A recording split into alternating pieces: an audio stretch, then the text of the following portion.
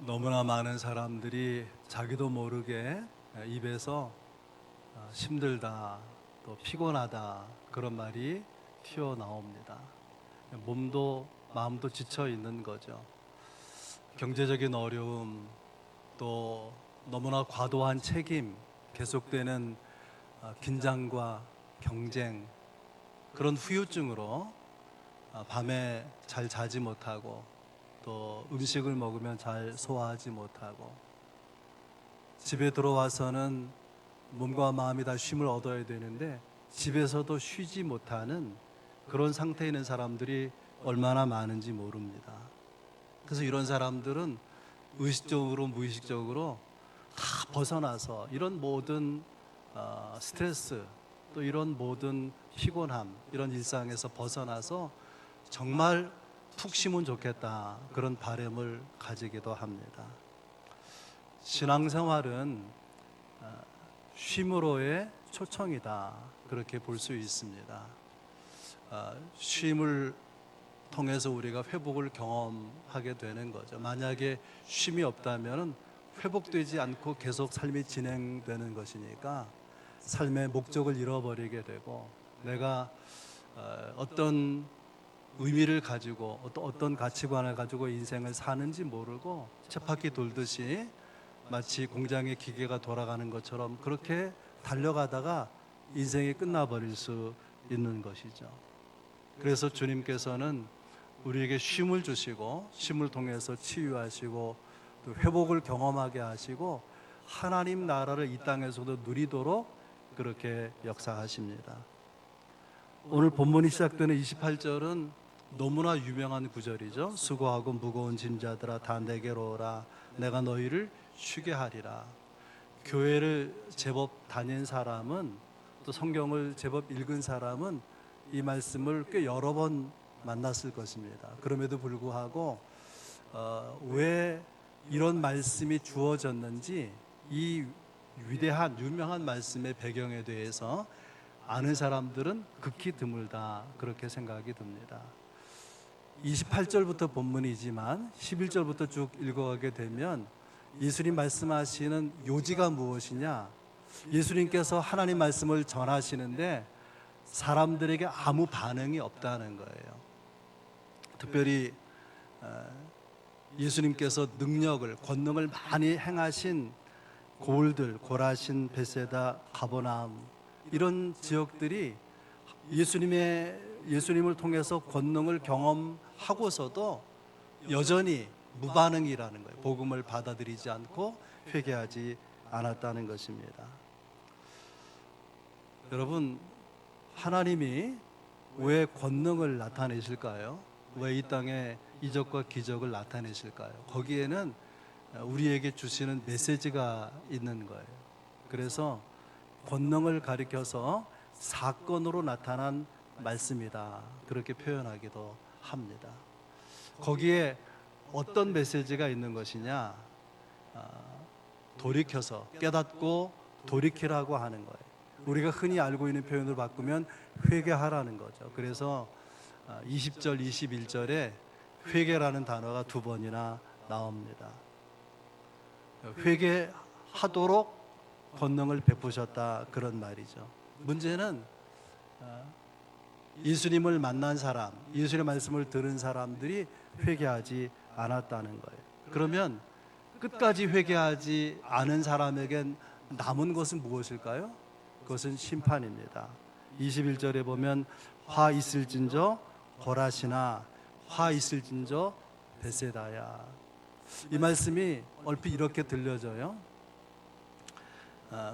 회개하지 않으면 하나님이 심판하신다. 그 말이 틀리진 않은데, 이 뉘앙스가 뭐냐면은 끝까지 회개하지 않으면 심판이 임하는데 어쩌자고 돌이키지 아니하느냐, 그런 안타까움의 주님의 탄식이라고 볼 수 있습니다.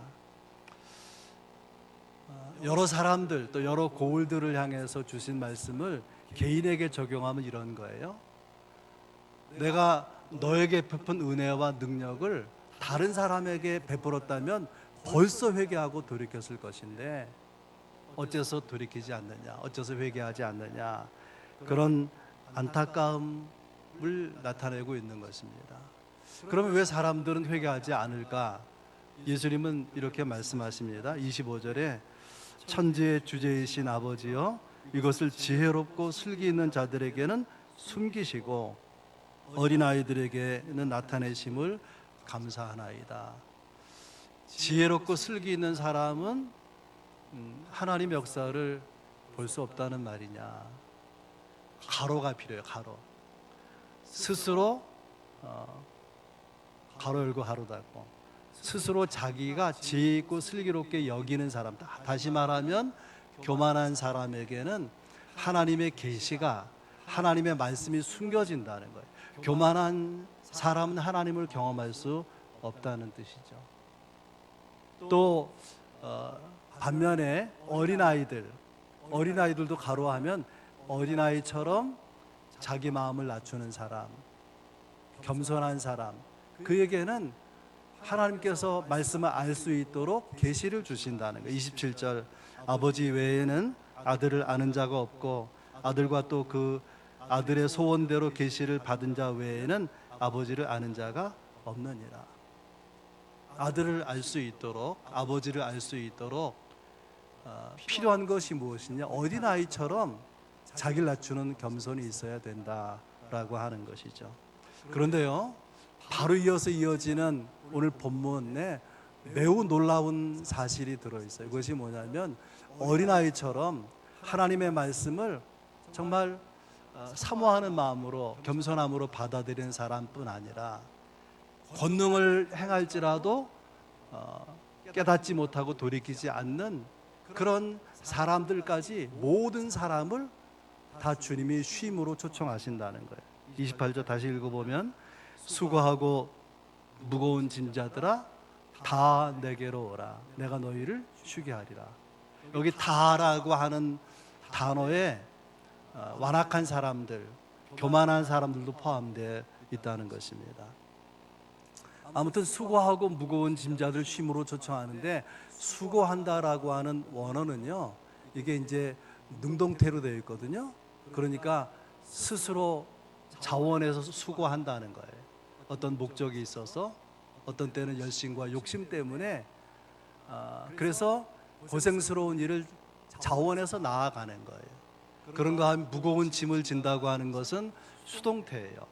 내가 원하지 않는데 외부적인 여건 때문에 다른 사람으로 인해서 어쩔 수 없이 억지로 내가 고생하게 되는 그런 수고를 말하는 것입니다. 내가 자원해서 하는 수고든지 타의에 의해서 어쩔 수 없이 억지로 하는 수고든지, 그런 수고로움을 가지고 있는 짐을 진 사람은 다 내게로 오면 내가 너에게 쉼을 주리라 약속하고 계신 것이죠. 28절에는 쉬게 하리라, 쉼이라고 하는 표현으로 되어 있는데, 성경의 보다 일반적인 표현은 평안이죠. 평강, 샬롬입니다.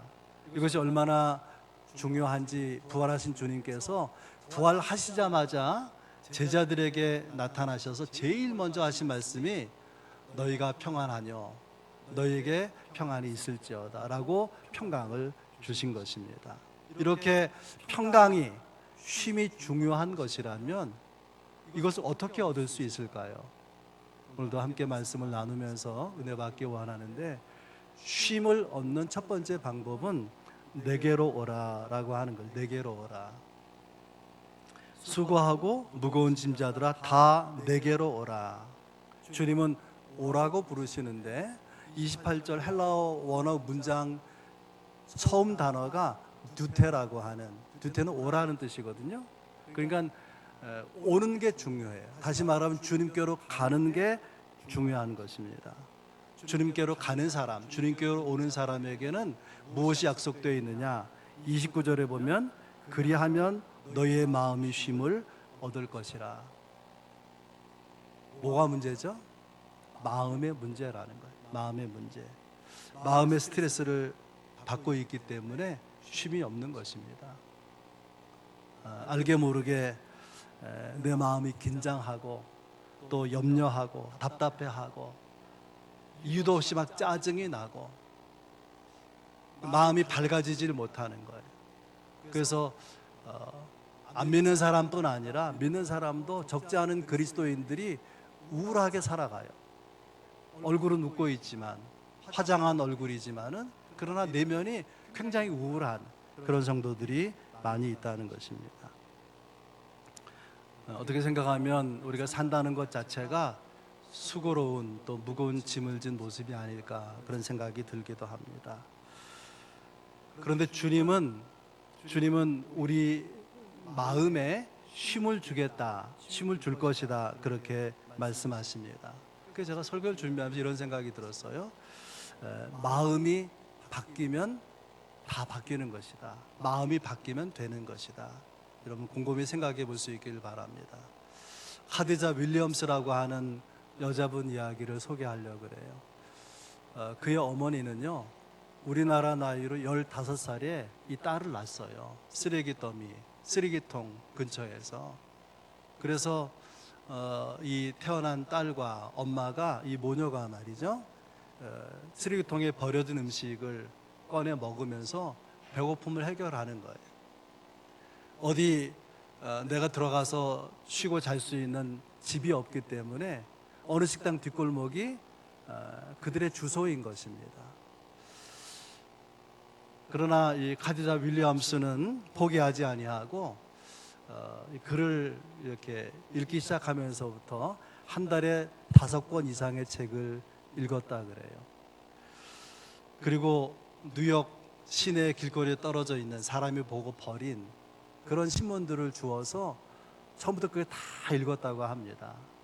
그러면서 책 읽기를 배우고 즐거워하고, 그러자 주변에 있는 사람들이 노숙자 주제에 대학은 꿈도 꾸지 마라 그렇게 비아냥거렸습니다. 그렇지만은 이를 악물고 새벽 4시에 일어나서 밤 11시까지 계속 공부했고, 소문이 나면서 희망이 생기기 시작하고 작은 변화가 일어나기 시작하는 게 뭐냐면 복지단체에서 후원하겠다고, 공부하는 과정을 이렇게 학비를 지원해서 후원하겠다고, 그래서 우수한 성적으로 고등학교를 졸업하고 대학에 입학원서를 내는데, 응시원서를 내는데요, 미국의 유수한 20개 이상 대학에서 입학 허가를 받았어요.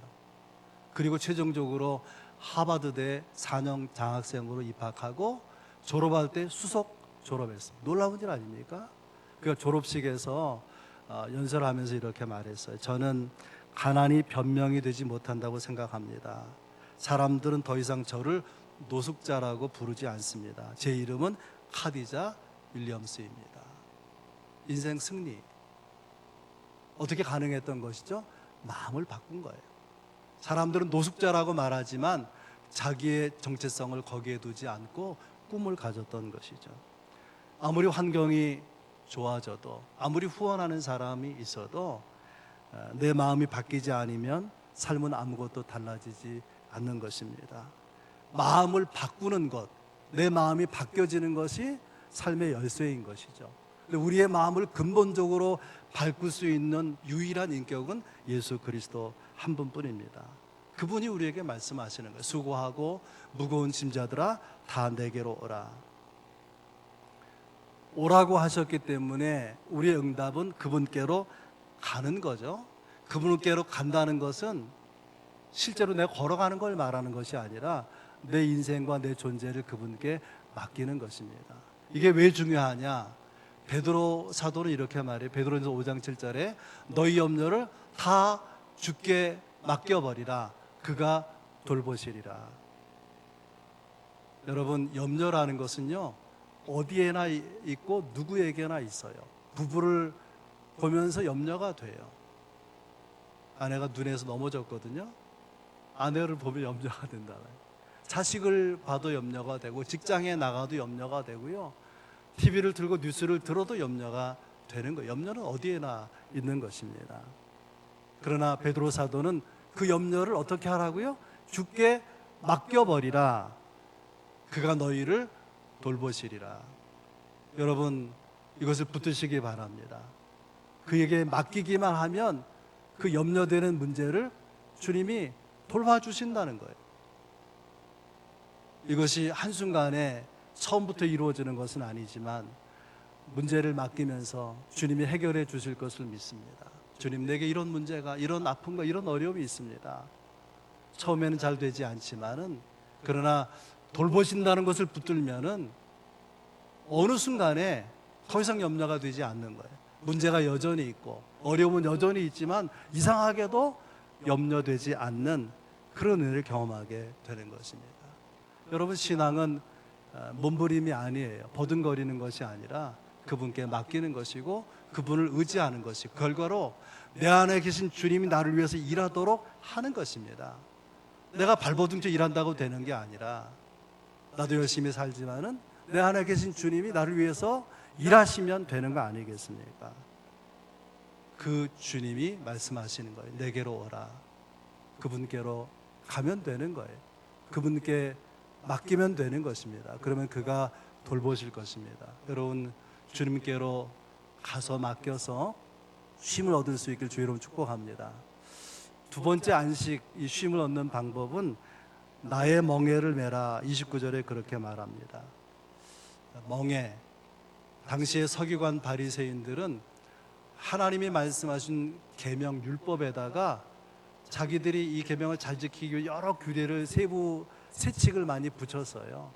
그래서 이걸 사람들이 뭐라고 부르냐면은 율법의 멍에라고 불러요. 율법의 멍에, 혹은 바리새인의 멍에라고 부릅니다. 이 멍에라는 건 짐이잖아요. 그러니까 하나님의 말씀대로 살려고 하면 할수록 너무 규정들이, 너무 율법이 많기 때문에 거기에 눌려가지고 숨을 제대로 쉴 수가 없는 거예요. 힘들어하는 것입니다. 그런데 예수님께서 놀랍게도 율법의 멍에, 바리새인의 멍에가 아니라 나의 멍에를 매라는 거예요. 그리스도의 멍에를 매라는 거예요. 그럼 뭐가 달라지느냐? 30절에 보면 이는 내 멍에는 쉽고 내 짐은 가벼움이라. 여러분, 멍에 아시죠? 멍에. 소가 일할 때에 그 일을 좀 쉽게 할 수 있도록 소 어깨에다가 이렇게 걸치는 도구가 멍에 아닙니까?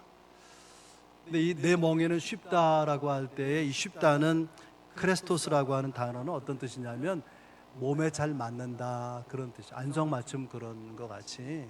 그래서 소의 어깨에 올려놓는 멍에가 소에게 체형에 잘 맞으면, 소의 크기와 체형에 잘 맞으면 이 소는 그 멍에를 멍에로 여기질 않는 거예요. 오히려 이 멍에가 있어서 내가 할 일을 편하고 쉽게 할 수 있다고 여기는 것입니다.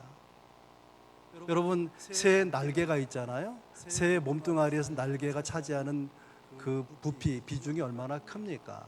그런데 새는 그 날개를 짐으로 여기지 않아요. 왜냐하면 날개 때문에 하늘을 날 수 있기 때문에 그런 것이죠. 내 멍에는 쉽고 가벼움이라. 예수님께서 왜 이렇게 말씀하시는 것이냐? 예수님과 함께 매는 멍에가 될 것이기 때문에 내 멍에는, 너에게 지우는 멍에는 쉽고 가볍다, 그렇게 말씀하십니다.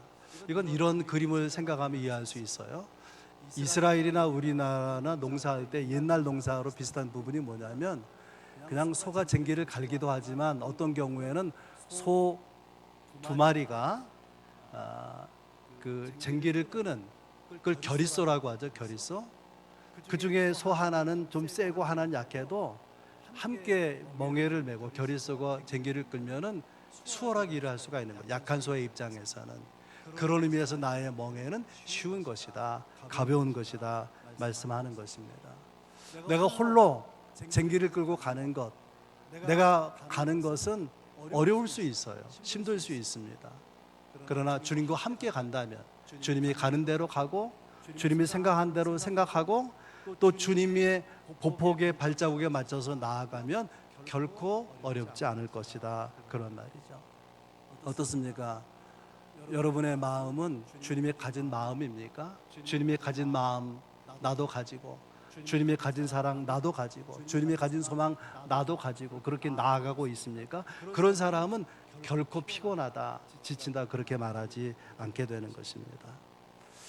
성경에 구레네 시몬이라는 사람이 나와요. 구레네 시몬. 이 사람은 아프리카 흑인인데 이 시몬이라는 이름은 유대인 이름이거든요. 그러니까 아마 어머니가 유대인이었을 가능성이 많이 있습니다. 유월절을 지키기 예루살렘에 왔다가 예수님이 십자가를 지고 골고다로 올라가는 그런 장면을 보게 되죠. 피투성이가 돼가지고 피가 흐르는 가운데에 막 탈수 현상이 있는 가운데에 예수님이 너무 지쳐 있기 때문에 이 십자가 형틀을 지고 제대로 걷질 못하는 거예요. 걷다가 쓰러지고 채찍에 맞으면 또 일어나고 또 몇 걸음 걷다가 쓰러지고. 전설에 그런 이야기가 있어요. 구레네 시몬이 아니 이렇게 지치고 힘든 사람에게 이거 너무한 거 아닙니까? 그러니까 로마 군병 그럼 네가 져라. 그래서 얼떨결에 생각지도 않았던 원하지 않았던 십자가를 지고 골고다까지 올라가게 되는데 얼마나 힘들었을까요? 원하지 않는 십자가를 지고 갈 때. 세월이 흘러서 이 구레네 시몬이 예수 믿고 크리스찬이 되었다고 합니다. 그러면서 자기 어깨를 만지면서 아니 내가 예수님의 십자가를 대신 지다니 너무나 감사하고 대신 질 수 있는 것은 내게 주어진 영광이다. 감격해 했다고 합니다.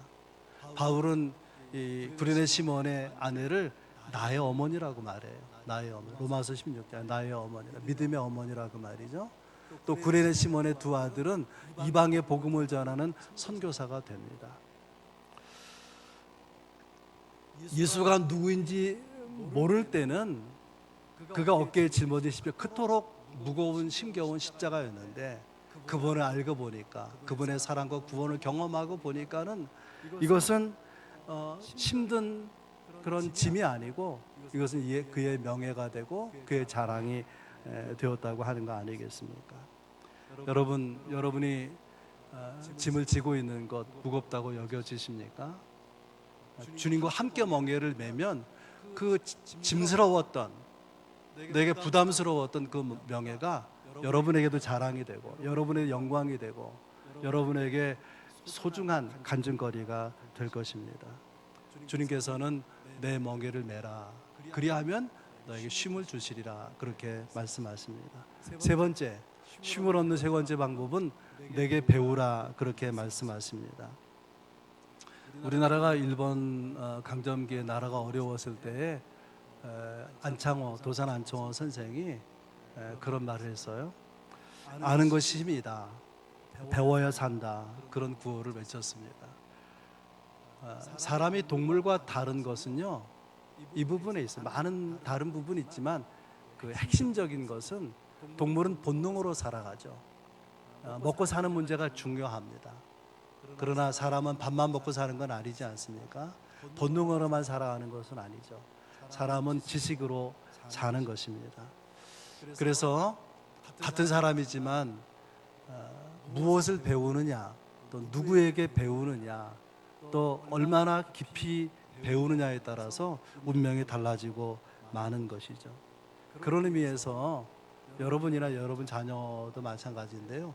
누구에게서 배우는 굉장히 중요한 거죠. 교회도 담임 목회자가 누구냐가 굉장히 교회를 성도들의 신앙을 다르게 만드는 것입니다. 예수님께서 십자가에 달리셔서 십자가 위에서 몇 마디 말씀하셨거든요. 그것을 가상 7원 7마디 말씀을 하셨다고 하는데 그 첫 번째 말씀이 뭐냐 하면 하나님 저들을 사하여 주시옵소서 하는 것을 알지 못하니이다. 왜 예수님 십자가에 못 박는 그런 무리한 죄를 짓느냐, 무서운 죄를 짓느냐? 알지 못해서 그렇다는 거예요. 지식이 없어서 그렇다는 것입니다. 모르는 것이 죄고 또 아는 것이 힘이 되는 것이죠. 제가 살아오면서 목회하면서 어떤 경험을 가지고 있냐면 크게 성공한 사람, 정말 공부 많이 한 사람, 이런 사람은 한결같이 어린아이 같은 모습을 가지고 있어요. 아니 어떻게 저렇게 순진한 사람이 돈을 저렇게 많이 벌 수 있을까? 저렇게 성공할 수가 있었을까? 저렇게 학문이 뛰어날 수가 있을까? 자기 삶의 정상에 있는 사람들 다 그런 건 아니지만 최정상에 선 사람들 대부분은 굉장히 겸손합니다. 잘난 체 안 해요. 내가 박사학위 몇 개인데 절대로 그런 얘기 안 합니다. 그런데 그렇게 성공하지 못한 사람들은요, 대부분 자기 자랑이 있는 거예요. 자기 자랑이. 왜 성공할까요? 겸손한 사람은 누구로부터도 배우고요, 또 무엇으로부터도 배우는 거예요. 실패로부터도 배우는 거예요. 교만한 사람은 배울 기회가 주변에 철철 넘쳐 흐르는데도 불구하고 아무것도 그에게 들어오지 않는 거예요. 스스로 슬기롭다고, 스스로 지혜롭다고 여기기 때문에 자기가 아는 것에 바리케이드를 치고 들어오지 못하게, 그러니까 어리석어질 수밖에 없는 것 아니겠습니까? 예수님께서는 쉼을 말씀하시면서 내게 배우라라고 하는데, 이 배우라라고 하는 마테테라고 하는 단어의 명사형이 뭐냐면 마테테스, 이게 제자거든요. 그러니까 예수님께서 배우라고 하는 것은 나의 제자가 되라, 학생이 되라는 것이 아니라 제자가 되라는 거예요. 학생과 제자의 차이가 무엇이냐? 학생은 배우면 끝나는 거예요. 배우면. 제자는 배우는 것을 끝나지 아니하고 삶을 본받는 거예요. 스승에게 배운 바를, 본 바를, 들은 바를 스승과 함께 하면서 본받아 나아가는, 그리고 제자가 되는 것이죠. 학생과 제자의 또 다른 점이 뭐냐면, 학생은요 배우면 되는 것인데 제자는 배운 내용대로 사는 것까지 가야 제자가 되는 거예요. 순종이 전제되어 있다, 그런 뜻입니다. 그래서 가르침의 내용이 가라는 것이면 가는 거예요. 오라고 하면 오는 것입니다. 전폭적으로 신뢰하고 그리고 따라가는 거예요. 실행에까지 이르는 그가 제자인 것이죠. 예수님께서 내게 배우라, 내 제자가 되라 라고 말씀하시는데 강조한 것이 있어요. 많은 배울 것들이 있는데, 특별히 나는 마음이 온유하고 겸손하니 나의 멍에를 메고 내게 배우라. 뭘 배우라는 거죠? 온유와 겸손을 배우라는 거예요. 온유함을 배우라. 온유가 뭘까요? 온유는 훈련된 성품이에요. 사람마다 하나님이 주신 천성이 있어요. 천성은 안 변한다 그러잖아요. 이런 성품은 좋고 저런 성품은 안 좋고 그런 게 아니에요. 하나님이 주신 건 다 소중한데 문제는 다듬어져야 돼요. 하나님의 의도를 따라서, 하나님의 뜻을 따라서 훈련돼야 된단 말이에요. 훈련돼요. 위대하게 쓰임받았던 인물들 여러분 생각해 보세요. 모세가 얼마나 다혈질입니까? 애굽 사람은 쳐죽이잖아요. 또 바울은 어떻고 베드로는 어떻습니까? 다 기질이 다혈질이에요. 다혈질은 나쁜 것입니까? 그것이 자기를 향해서는 셀프 컨트롤, 자제하는 거예요. 주를 위해서는 에너지를 뿜어 나오게 하는 거예요. 이 조절이 되도록 훈련된 성품이 온유함이에요. 온유하면 단지 부드러운 게 아니에요. 약한 자의 부드러운 품성이 아니고 이것이 실력 있는 자가 가지는 훈련된 다듬어진 품성인 거예요. 내 삶의 에너지가 주를 위해서 이렇게 쏟아져 나올 수 있도록 다스릴 수 있는 성품, 그것이 온유함인 것입니다. 온유함을 배우라. 그러면 겸손함을 배우라. 겸손은 무엇이냐? 예수님의 겸손을 바울은 빌립보서 2장에서 이렇게 말합니다. 오히려 자기를 비워 사람들과 같이 되셨고 자기를 낮추시고 죽기까지 복종하셨으니 십자가에 죽으심이라. 하나님과 동등된 동일한 신적 본성을 가지고 있는 하나님인데 피조물, 사람의 모습으로까지 자기를 낮추셨고, 얼마나 더 겸손해 주셨느냐? 십자가에 죽기까지 자기를 낮추시고 복종시키셨다. 이것이 예수님의 겸손입니다. 여러분의 지나온 일생을 돌아볼 수 있기를 바랍니다. 만약에 어떤 잘못이 있거나 실패가 있었다면 원인이 무엇일까요? 내게 배우라. 나는 마음이 온유하고 겸손하다. 이 말씀에 비추어서 어쩌면 이런 후회가 있을 수 있어요. 내가 지나온 삶 가운데 좀 더 온유했더라면 얼마나 좋았을까? 내가 좀 더 겸손했더라면 지금과는 다를 것인데, 그런 후회가 있지 않겠습니까?